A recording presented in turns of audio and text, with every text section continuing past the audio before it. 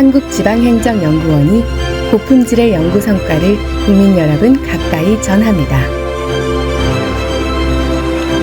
행복한 지방행정 보이는 연구.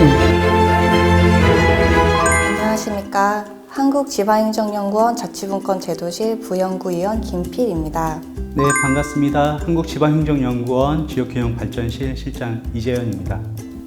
네, 이재현 실장님 만나 뵙게 되어서 반갑습니다. 네, 반갑습니다. 네, 저희가 이제 직접 이야기를 나누는 건 오늘이 처음인 것 같은데요. 그러게요, 처음이에요. 너무 어색하고 그런데. 네, 예. 저희 연구원 유튜브의 발전을 위해서 저희가 이제 뭉친 것 같습니다.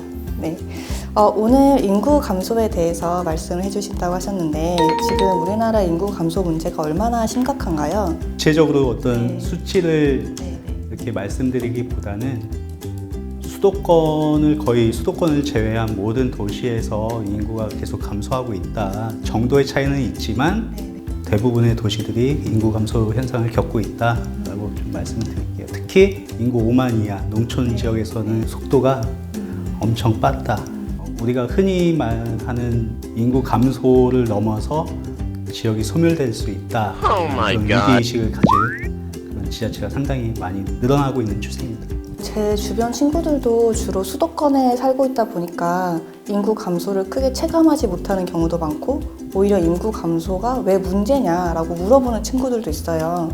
이제 취업하기도 힘든데 인구 감소가 일어나면 오히려 좋은 거 아니야? 라고 물어보는 친구들도 있는데 어떻게 보면 굉장히 철없는 소리지만 이런 질문에 대해서 답변을 해주신다면 어떤 답변을 해주실 수 있을지요? 사실 그런 대도시에 있는 그런 청년들뿐만 아니라 인구가 실제로 감소하고 있는 지역의 그 어르신들도 워낙 예전부터 인구가 계속 감소하고 있어서 우리 지역에서 인구 감소가 심각하다라는 것을 인지 못하시는 분들도 상당히 많으세요. 그게 좀 현실이고 그런 아무래도 인구가 감소하다 보면은 그 생활하는 데 필요한 어떤 서비스나 이런 게 제대로 이렇게 지원이 안 될 가능성이 높다 보니까 그런 분들은 일단 인식 개선이 우선적으로 필요하고요.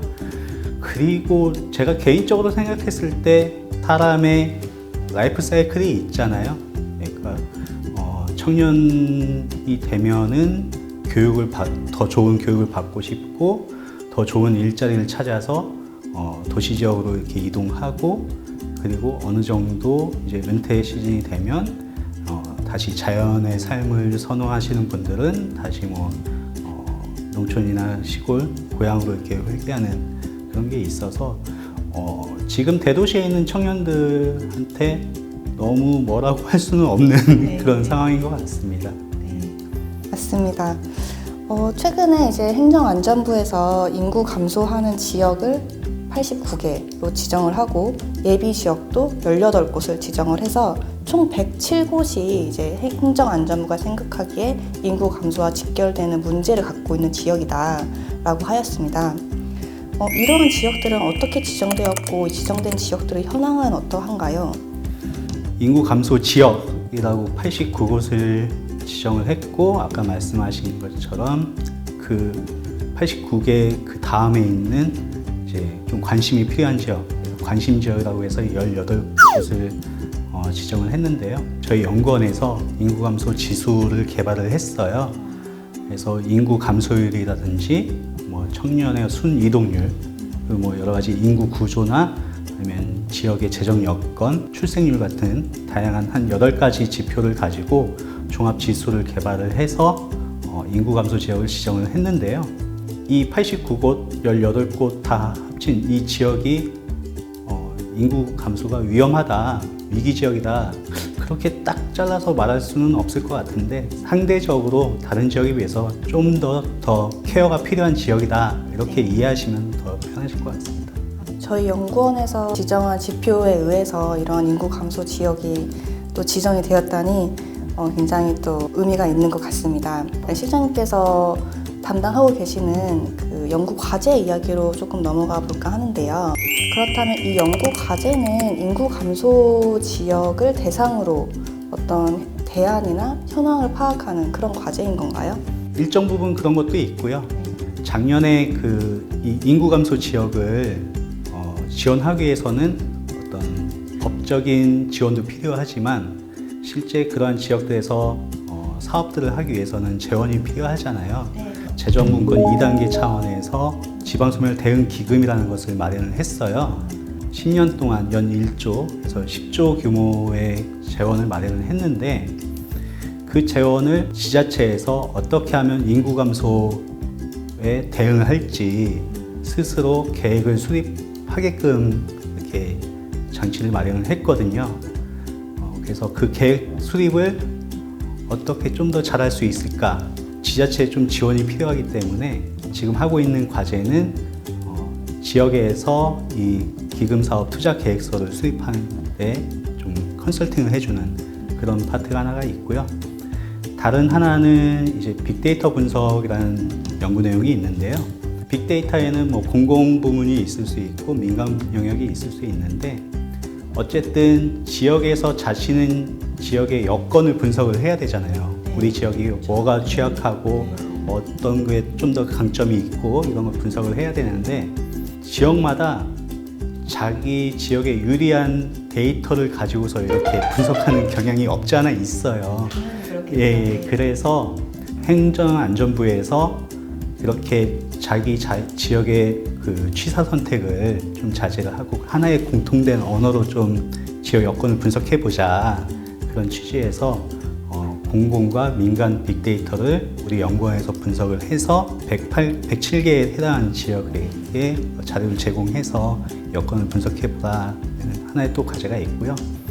그리고 마지막으로 성과체계 구축이라는 과제가 있습니다. 지방소멸 대응 기금을 가지고 계획을 수립을 했는데 수립된 계획을 추진해서 소정의 성과가 나와야 되잖아요. 예, 그래서 그 성과를 어떻게 평가를 할 것인가 성과체계 구축하는 그런 파트로 구성되어 있습니다. 그러면은 이 과제는 크게 컨설팅을 하는 부분, 그리고 빅데이터를 처리하는 부분, 그리고 마지막으로는 성과체계를 구축하는 부분 이렇게 세 가지로 나눠져 있다고 보면 되겠네요. 근데 1년에 1조면은 진짜 큰 돈인 것 같아요. 이제 10년 동안 10조 그냥 가늠이 안 갑니다. 박사님 그 1조가 크다고 하셨는데 이게 크다고 생각하면 큰 금액일 수 있는데 또 적다고 생각하면 또 엄청난 적은 금액이에요. 그래서 우리가 그간 인구 감소, 그러니까 저출산 고령 사회에 집행한 예산만 해도 몇천조가 되잖아요. 예, 그거에 비하면 그렇게 큰 규모는 아니다라는 생각이 들고요. 더군다나 그 107개 되는 지역이 그 1조 원을 나눠서 써야 된다고 생각해 보면 그리 큰 금액은 아니라고 생각합니다. 그러네요. 또 107개가 되는 지자체가 1조를 이렇게 나눠서 쓴다고 하면은 그 지자체 입장에서는 엄청 큰 예산이 아닐 수도 있지만 그래도 이제 정부에서 이렇게 10조라는 예산을 할당해서 인구 감소에 대해서 적극적으로 대응하고자 하는 그런 의지는 굉장히 돋보이는 부분인 것 같습니다. 정부에서는 특히 행정안전부에서는 그 1조 원을 일종의 마중물 형태의 기금으로 사용을 하고 각 부처마다 워낙 다양한 사업들이 많잖아요. 서로 연계 협력할 수 있는 사업들이 많이 있어요. 그래서 그것들을 하고 같이 연계 협력할 수 있는 사업들을 발굴을 하고 특히 그 정부에서 하는 사업이 한 52개 사업 정도를 그 행정안전부가 부처와 협의를 해서 각 사업할 때 어떤 인구 감소 지역에서는 가점을 준다든지 아니면 우선 사업을 배정한다든지 그런 것들을 다 협의를 마친 상황이거든요. 일단은 그렇게 시작을 했지만 그 부처 협의는 계속 확산할 그런 계획을 가지고 있습니다. 또 박사님 말씀을 듣다 보니까 이 과제가 컨설팅에서 데이터 그리고 성과체계 구축까지 나아가는 게 이제 행정안전부에서 생각하는 그 마중물 형태의 예산을 가장 효율적으로 사용하는 그런 방법을 알아낼 수 있는 그런 좋은 플로우인 것 같습니다. 네, 오늘 지역균형발전실 이재현 실장님을 모시고 우리나라의 인구 감소 현황과 지방행정연구원에서 진행하고 있는 인구 감소 과제에 대해서 알아보았습니다. 감사합니다.